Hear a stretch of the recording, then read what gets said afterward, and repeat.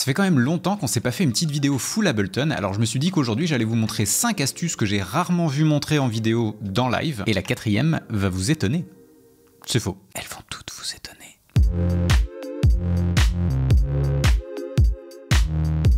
Bienvenue à toutes et à tous sur la chaîne de Simple Comme Live, la chaîne qui vous parle d'Ableton, mais pas que. Et aujourd'hui, on va revenir à nos premières amours, puisque incroyable mais vrai, on va faire une vidéo qui va se concentrer uniquement sur Ableton. Le but de tout ça, ça va être de vous montrer des choses qui vont vous aider à améliorer votre productivité, histoire que le logiciel vienne pas se mettre entre vous et vos idées musicales, et donc ne vienne pas casser votre flow, votre inspiration. Mais avant toute chose, cette vidéo est sponsorisée. Par moi-même.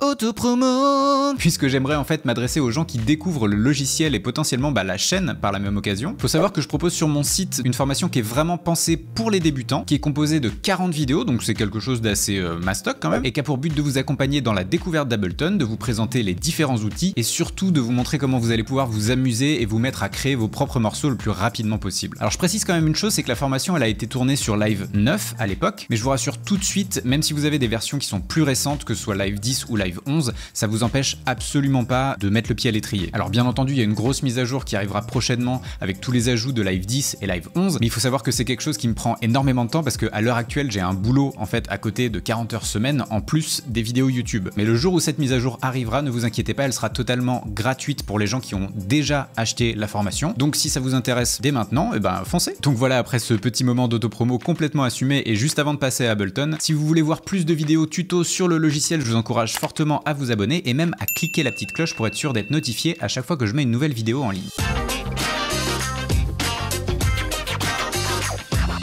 Alors cette première astuce, elle va surtout vous servir si vous êtes comme moi et que vous utilisez un contrôleur MIDI pour chercher vos progressions d'accords ou même vos mélodies, mais que vous vous sentez pas forcément à l'aise pour les jouer en live et donc du coup vous finissez par toutes les composer au clic et à la souris. Et le jour où j'ai découvert ce que je vais vous montrer là, je vais pas vous mentir, j'ai un peu pété un câble. Alors quand vous ouvrez un clip MIDI, vous avez donc le piano virtuel qui s'affiche en bas et vous voyez ici que, alors vous voyez pas mais je suis en train de faire les notes sur mon contrôleur MIDI, j'ai ces notes qui apparaissent en surbrillance et si je viens activer cette petite option de la pré-écoute juste ici, et c'est quelque chose qui est essentiel de faire, vous allez voir que si je bouge mon marqueur, en fait, vous avez ces espèces de petits traits bleus là qui viennent en qualité de pré-écoute se matérialiser visuellement. Et à partir du moment où vous avez ces petits traits bleus, c'est là que la magie opère. Peu importe où votre marqueur est placé, vous avez simplement à appuyer sur la flèche droite de votre clavier et regardez.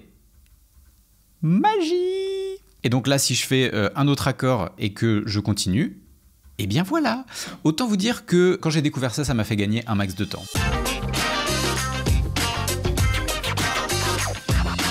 Alors dans Ableton, le raccourci clavier que je dois le plus utiliser, je pense, c'est le commande D sur Mac ou CTRL D sur PC, qui est une espèce de copier-coller hyper rapide. Et pourquoi je vous parle de ça? Parce qu'en fait, le truc que je vais vous montrer, c'est un petit peu la version évoluée de cette commande. Moi, quand je suis dans un projet, ça m'arrive assez souvent de me dire « Ah tiens, cette partie-là du morceau, au final, elle fonctionne vraiment bien, j'aimerais bien qu'elle dure plus longtemps. » À l'époque, ce que je faisais, c'est que j'allais sélectionner le reste du projet jusqu'à la fin du projet, je le déplaçais, je resélectionnais donc du coup tout ce que je voulais dupliquer et j'utilisais ma commande dupliquer. Mais si je vous disais qu'il y a moyen de faire exactement ça en une seule touche. Et donc ce qu'il vous suffit de faire en fait, c'est de sélectionner la zone, peu importe où dans votre projet, du moment qu'elle fait la durée de ce que vous voulez dupliquer, et d'appuyer sur commande Shift D ou alors CTRL Shift D sur PC. Et vous allez voir que là, je n'ai mis en surbrillance qu'une zone où il n'y avait même pas d'éléments musicaux dessus. Mais attention, regardez bien, hop!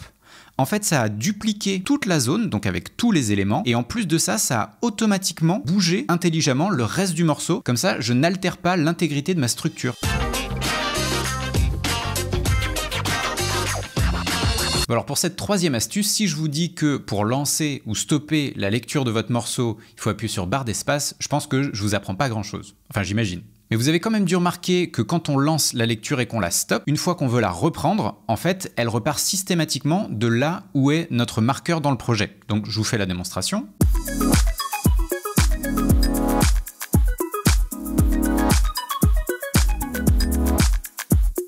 Donc là, je stoppe la lecture et si je veux la reprendre, elle devrait repartir, théoriquement, là où il y a mon marqueur.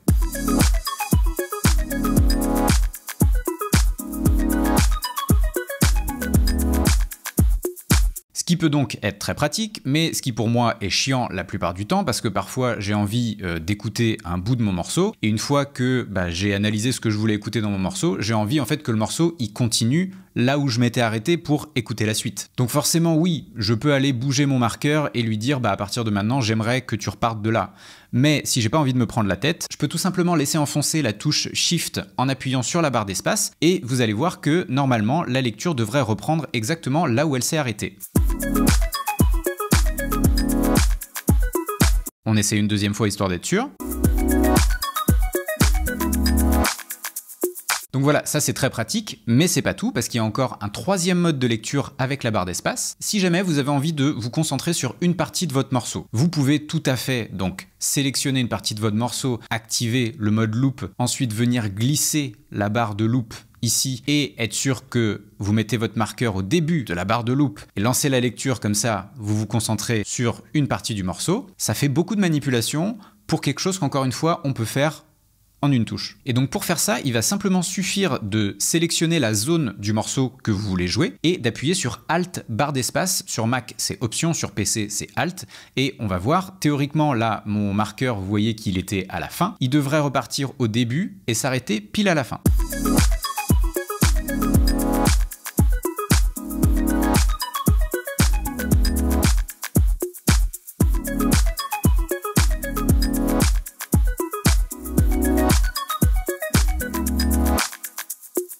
Donc je n'ai même pas eu à rappuyer sur la barre d'espace pour arrêter le morceau, il le fait de lui-même.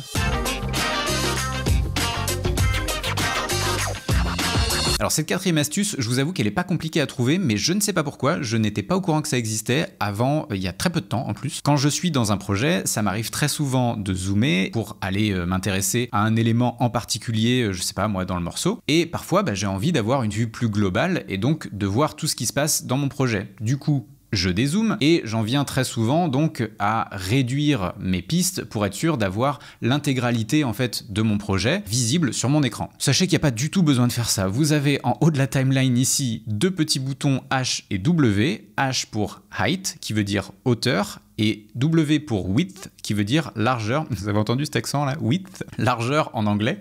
Et donc si j'appuie sur ces petits boutons, hop, ça vient en fait faire tout le boulot pour moi puisque ça vient contenir absolument l'ensemble de mon projet en optimisant en fonction de la largeur et de la hauteur de mon écran.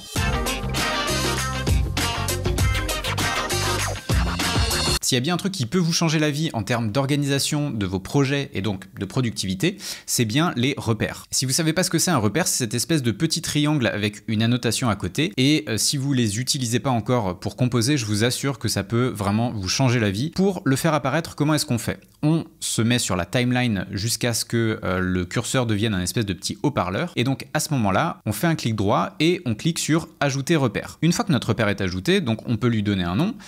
Ici, donc moi je vais mettre verse 2 et mon verse 2 en fait il ne commence qu'ici, donc vous voyez que vous pouvez tout simplement en fait cliquer dessus et ensuite le déplacer où vous voulez.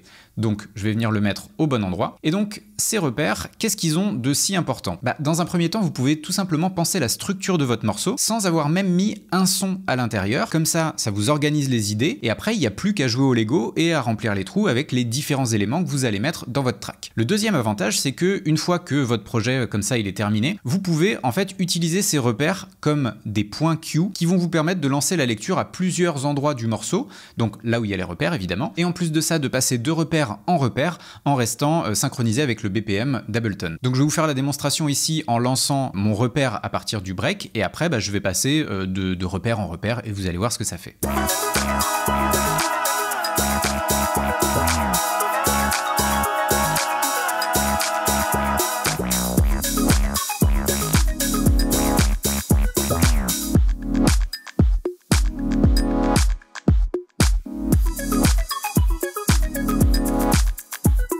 Et si vous avez bien regardé, vous avez vu que de temps en temps, le repère clignotait un petit peu en vert avant d'entamer la lecture à partir de ce point-là, c'est parce que j'avais pas cliqué dans le temps, et en fait Ableton, lui, il calcule simplement quand est-ce que ça va être le bon moment de lancer la lecture pour que tout reste synchronisé. Et donc ça c'est très cool, mais c'est pas tout, parce qu'en fait il y a une dernière feature qui est rattachée à ces repères. Vous pouvez tout simplement faire un clic droit sur n'importe lequel de ces repères et cliquer sur éditer texte d'info. Et vous voyez que ça vous ouvre un petit bloc-notes en bas à gauche de votre écran. Alors ce bloc-notes, il va vous servir à quoi? Il peut vous servir à plusieurs choses. Personnellement, moi je l'utilise quand je fais ce qu'on appelle de l'écoute analytique ou de l'écoute active, quand j'écoute des morceaux que j'aime bien, et j'essaye en fait de déstructurer les morceaux pour comprendre comment est-ce qu'ils ont été faits. Et donc à l'intérieur de ce bloc-notes, donc je mets tous mes repères chaque fois que j'entends un changement dans la structure du morceau, et je liste en fait les instruments que j'entends dans chaque partie. Donc si l'intro par exemple il y a juste un clap avec je sais pas moi des violons et une montée de bruit blanc, voilà, je me mets ça, et pour moi, quand j'essaierai de recomposer un morceau en essayant de m'inspirer de la structure des morceaux que moi j'aime beaucoup déjà, je vais pouvoir me servir de ça comme support. Donc ça c'est une façon de l'utiliser, mais si par exemple vous l'utilisez avec votre propre morceau, eh bien vous pouvez faire en fait une écoute par exemple pour préparer votre mixage en vous disant, dans cette partie de mon morceau, j'aimerais en fait baisser le volume de 1 dB, rajouter une reverb, enfin bref, vous faites une petite liste de courses de tout ce qu'il va falloir faire sur votre morceau, et ça, en termes de productivité, personnellement, moi, ça m'aide beaucoup à ne pas m'éparpiller dans ma tête. Bon alors, est-ce que j'ai réussi à ne serait-ce que vous apprendre un truc dans cette vidéo? Si oui, c'est mission accomplie. Et je sais bien qu'avec ce genre de vidéo, je risque d'avoir en commentaire des trucs du style « Bon, tout le monde sait ça » ou alors « Oui, alors t'as montré ça, mais il y avait quand même plus simple ». C'est inévitable. Mais pour ceux qui ont appris quelque chose aujourd'hui, n'hésitez pas à me dire en commentaire l'astuce que vous avez préférée et laquelle vous pensez qui vous sera le plus utile. Moi je compte sur vous pour lâcher votre plus beau pouce bleu et partager cette vidéo sur les réseaux. Je vous dis à très vite pour une prochaine vidéo. Allez, ciao ciao!